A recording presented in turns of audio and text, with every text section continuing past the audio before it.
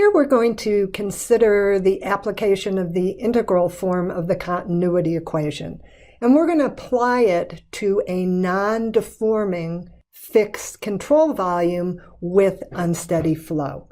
So here we have air. It has a density of 1.77 kilograms per meter cubed.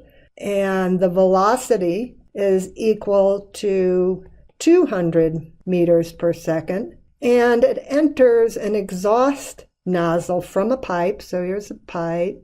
It's got a diameter that's equal to 3 centimeters. And then it exits the nozzle at a volumetric flow rate of 0.14 meters cubed per second and the new density of 1.23 kilograms per meter cubed. And the first thing we're going to do is to find the rate in kilograms per second at which the mass of the air is either increasing or decreasing. So we'll start by using our expression for the time rate of change of the system mass, the material derivative, and this is just going to be equal to the mass flow out minus the mass flow in.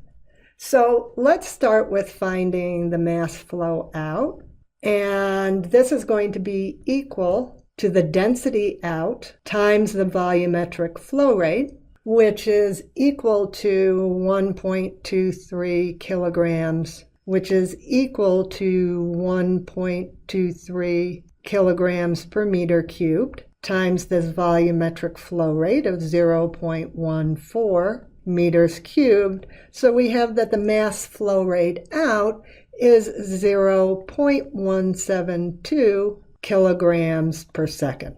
So that's our m dot out. Now let's look at our m dot in. We have our density, but we don't have our volumetric flow rate. Instead, we multiply this by the velocity times the area, because Q is equal to V times A. And so this m dot in is going to be equal to now our 1.77 kilograms per meter cubed times the velocity that it comes in at, and that's 200 meters per second, times the area. And so that's the area, cross-sectional area of the pipe. So that's pi times d squared, which is 0.03 meters. This whole thing is squared, divided by 4.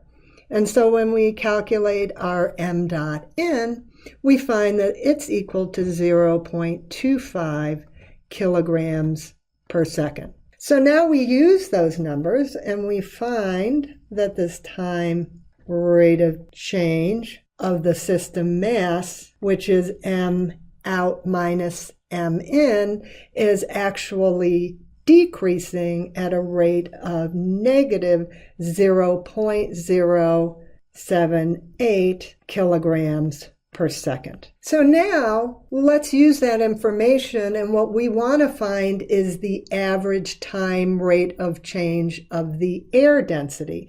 In other words, we want to find this using the information before. And so we'll go back to this expression because we actually have a value for it, and we can change this. So this equals d rho times v of the system divided by dt, where t is time.